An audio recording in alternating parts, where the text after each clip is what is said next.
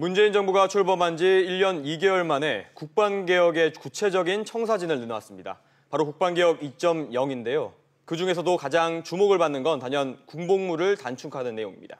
네, 육군과 해병대의 경우는 현재 21개월에서 18개월로 복무 기간이 줄고 또 해군 역시 23개월에서 20개월로 모두 3개월씩 복무 기간이 줄어드는 건데요. 당장 국방력에 대한 우려가 나오고 있습니다. 자세한 국방개혁 2.0의 내용 자주 국방 네트워크 이일우 사무국장과 알아보겠습니다. 어서 오세요. 어서 오십시오. 안녕하십니까? 네. 자, 일단은 이번 군 복무 기간 단축이 포함되는 국방개혁 2.0 어떤 건지 소개 좀 해주십시오. 네, 국방개혁 2.0이라는 이름으로 바뀌긴 했지만은 사실 이명박 박근혜 정부 시절부터 추진되어 왔던 국방개혁 2020의 문재인 정부 방식의 재해석판이다 이렇게 볼 수 있는데요.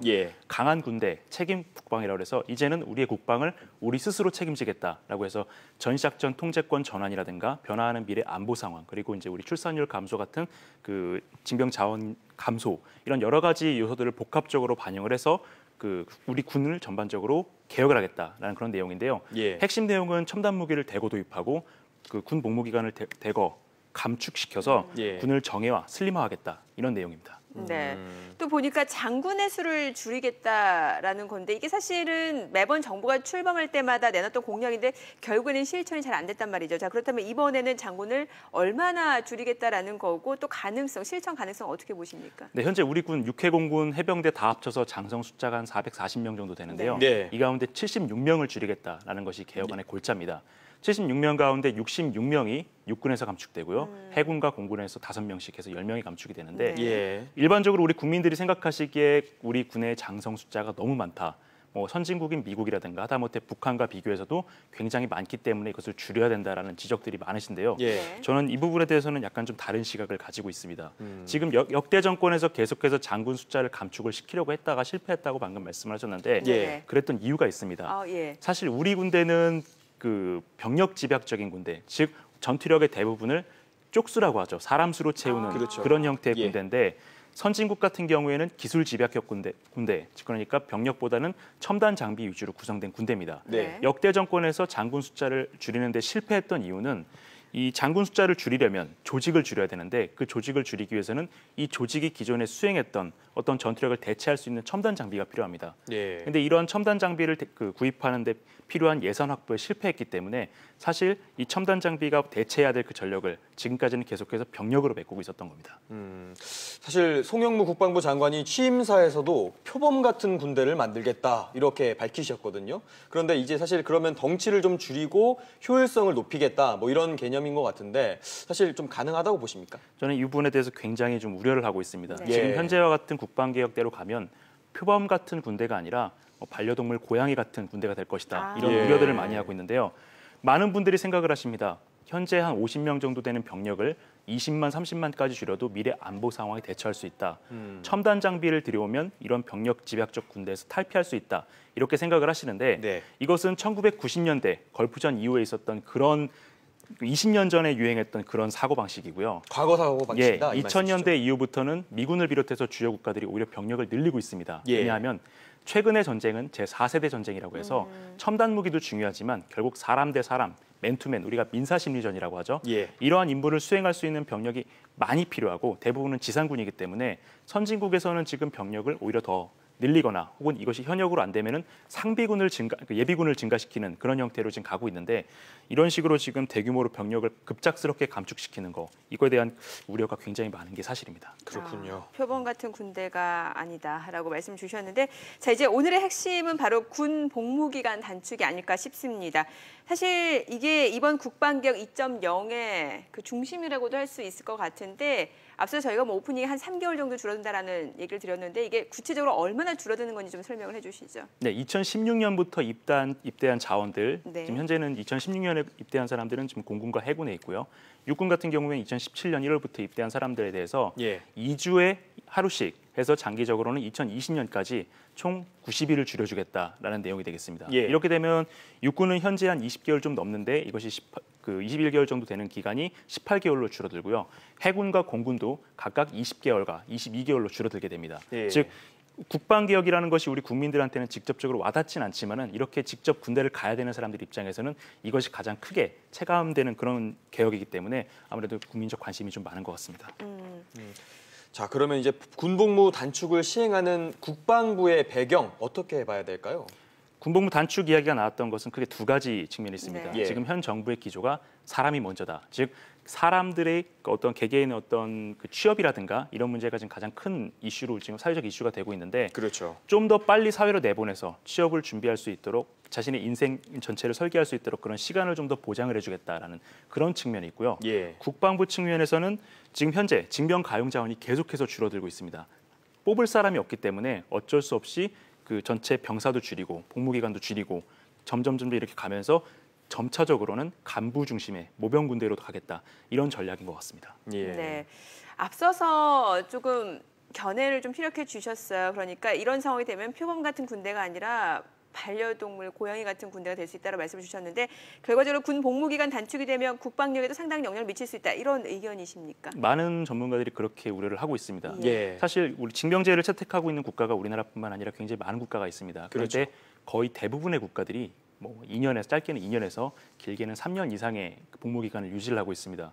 우리가 통상적으로 작지만 강한 군대라고 이야기하고 있는 이스라엘군이나 싱가포르 군대의 경우를 보면은 대부분 2년, 이스라엘 같은 경우는 36개월 정도의 복무 기간을 두고 있는데요. 네. 전문가들이 가장 우려하는 것이 숙련도가 부족해질 것이다. 이런 측면입니다. 왜냐하면 저도 이제 그 장교로서 병사들에 대한 교관 임무를 수행하면서 예. 병력들을 데리고 있어봤는데 통상적으로 지금 첨단 장비들이 계속해서 들어가고 있습니다. 예전에는 그냥 아주 부품 한 10개 정도밖에 되지 않은 단순한 소총만 갖고 싸우면 됐다면 지금은 뭐 굉장히 복잡한 컴퓨터가 들어가고 어떤 네트워크 장비가 들어간 첨단 장비들을 운영을 하기 때문에 이런 장비들을 능수능란하게 다루기 위해서는 지금 현재 그 한 21개월 정도 되는 복무 기간도 굉장히 짧다라는 지적들이 굉장히 많고요. 그러니까 숙련 기간이 조금 더 필요할 수도 있다라는 의견이시네요. 예, 맞습니다. 예. 그리고 선진국 같은 경우는 거의 대부분 이런 장비들을 교육을 하는데 1년 정도 교육 기간을 받습니다. 예. 기초 군사 훈련이 한 6개월 정도 되고요. 여기에 이런 장비들만 우리가 후반기 교육이라고 하죠. 예. 이런 장비들 운영 교육을 6개월 정도 하는데 우리나라로 따지면은 이렇게 1년 동안 교육을 받고 8개월만 하고서 끝내버리는 겁니다. 즉 어떤 숙련도 차원에서 굉장히 치명적인 문제가 발생할 수 있다라는 그런 지적들이 많습니다. 예.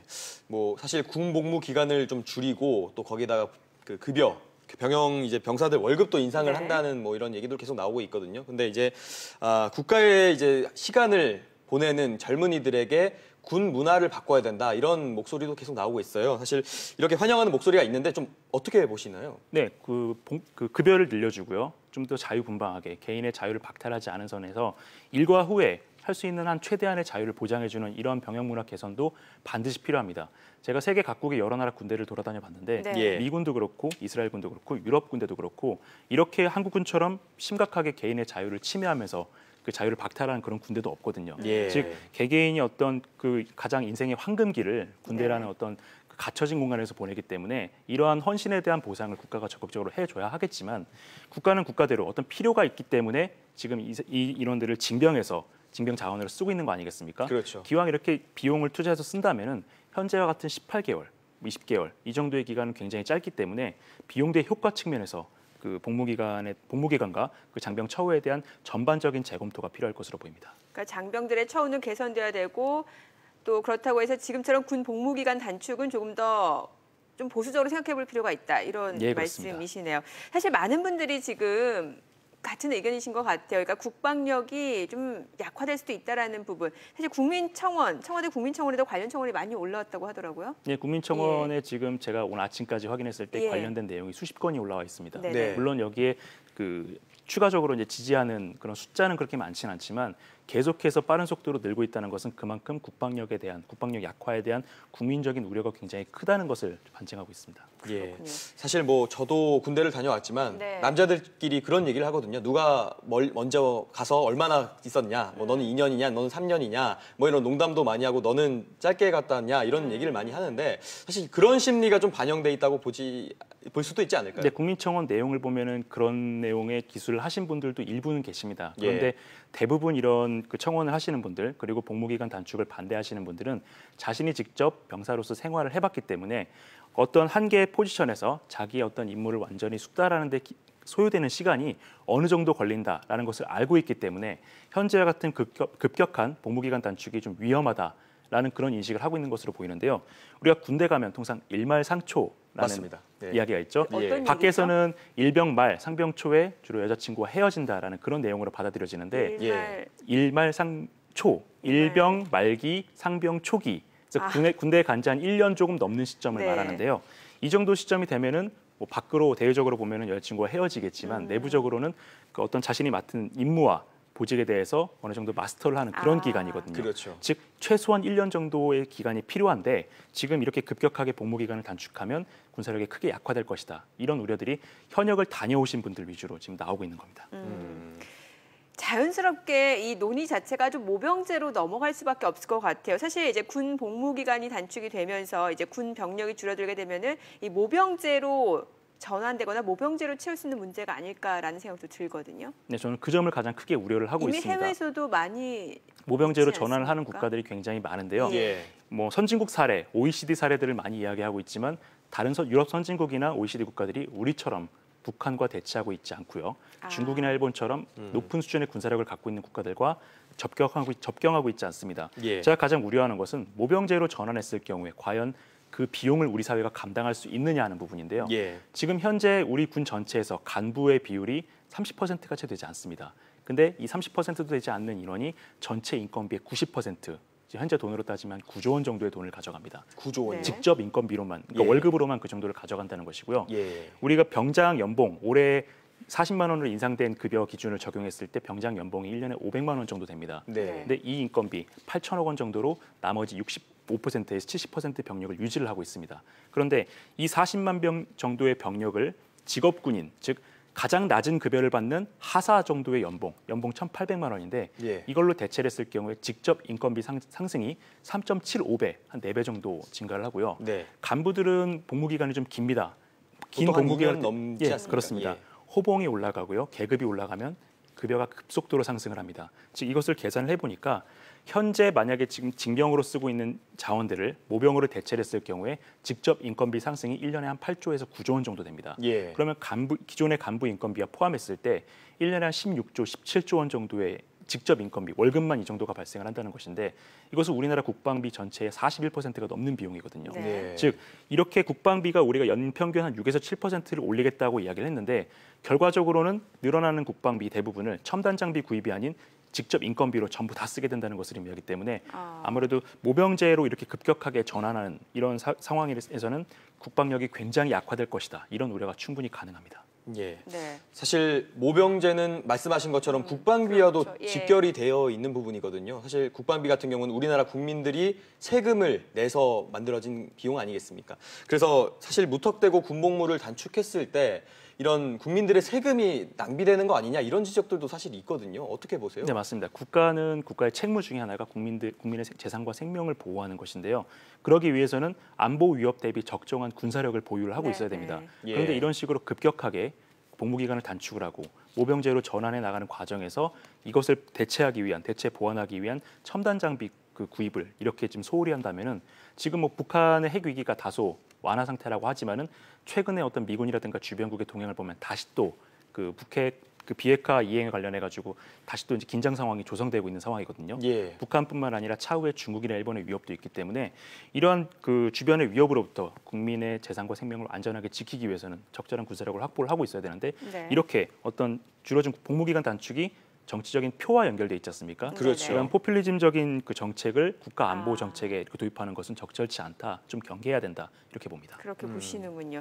사실 국방개혁 2.0의 또 다른 한 축은 또 기무사 개혁이 있지 않습니까? 이 내용도 좀 짚어주시죠. 네, 현재 그 기무사가 과거에 이제 촛불 집회 때 예. 그 병력을 동원해서 뭐 위수령도 하고 예. 뭐 진압을 하겠다라는 이야기가 나왔습니다. 그래서 이게 이제 시발점이 돼서 그 기무사 개혁에 대한 이야기가 나오고 있는데요. 네. 그래서 굉장히 좀 바람직한 쪽으로 가고 있다라고 보고 있습니다. 왜냐하면 사실 기무사라는 것이 과거 군사 독재 시절부터 특정 군 집단의 어떤 이익의 대변인 역할을 해왔습니다. 예. 그렇기 때문에 각 군 균형 발전이라든가 어떤 군의 문민화에 굉장히 큰 발목을 잡고 있었던 요소가 됐다라는 이런 지적들이 많은데요. 예. 이번 기회로 해서 그 기무사의 개혁을 효과적으로 추진해서 이번에 확실하게 문민 통제되는 군대를 만들 수 있는 그런 새로운 기구를 만들어서 이런 국방개혁 1조를 했으면 하는 바람입니다. 네. 사실 뭐 기무사 얘기가 나왔으니까 좀 더 말씀을 드리자면 일단은 이런 지금 현재 상황이 해결된 게 아니지 않습니까? 이런 부분들 전체적으로 좀 어떻게 보시고 있는 중이세요?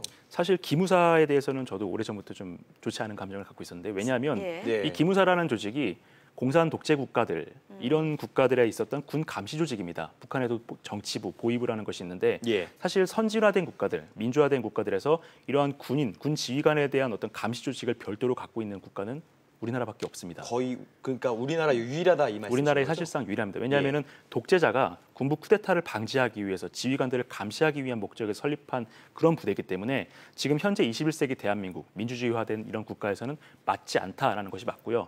지금 기무사 개혁에 대한 지금 논의가 지금 한창 나오고 있지 않습니까? 그렇습니다. 지금 기무사 개혁용 문건이라는 큰 산을 좀 맞닥뜨리고 있는 상황 아니겠습니까? 네. 예, 아무래도 이 부분을 좀 넘어야겠죠. 이 부분을 넘고요. 예. 이 부분이 사실 기무사 개혁을 과거 정권에서부터 김영삼 정권 때부터 계속해서 추진을 해왔지만 네네. 예. 사실 이것이 좀 추진력이 좀 약했었거든요. 이번 문건이 굉장히 국민적인 분노를 크게 자아내고 있고요. 네. 이를 토대로 해서 기무사 개혁이라는 부분에 대해서 강한 추진력을 얻은 상황이기 때문에 이 추진력을 바탕으로 해서 확실히 이번 기회에 기무사를 개혁을 하고 이 기무사를 어떤 독재자라든가 특정 군 이익 집단의 대변인 조직이 아니라 정말 우리 군의 방첩 이런 조직으로서 개혁 개편할 수 있는 그런 기회로 삼아야 됩니다. 네. 최근에 이런 얘기도 나오는 것 같아요. 그러니까 국방장관과 이 기무사 간의 그런 갈등 내용 자체가 어떻게 보면 개혁의 방향 같아 보일 수는 있겠습니다만 하극상 아니냐 뭐 이런 시각도 분명히 있는 것 같거든요. 알력 다툼으로 많은 국민들이 보고 계신데 예. 사실 저도 그렇게 보고 있습니다. 기무사라는 것이 지금 과거 기무사 개혁이라는 것은 뭐 지금 현재 대통령뿐만 아니라 국방장관께서도 굉장히 집권 초기부터 예. 개혁 필요성을 많이 언급을 해오셨던 네. 그런 부분인데요. 이 기무사가 지금 우리가 개혁을 하겠다, 정권 차원에서 개혁을 하겠다라고 하니까 개혁의 칼날을 들고 있는 송영무 장관에게 반기를 든 지금 그런 상황이거든요. 네. 그렇죠. 즉 지금 현재까지는 이제 우리 국민들의 기무사 개혁에 대한 의지라든가 이런 분노가 굉장히 큰 상황이기 때문에 송 장관이 지금 여기서 기무사에서 이렇게 반발했다고 해서 좀 주눅들지 말고 좀 더 강하게 개혁 드라이브를 걸었으면 하는 바람입니다. 네, 알겠습니다. 네, 말씀 잘 들었습니다. 이희루 사무국장님이었습니다. 잘 감사합니다. 들었습니다.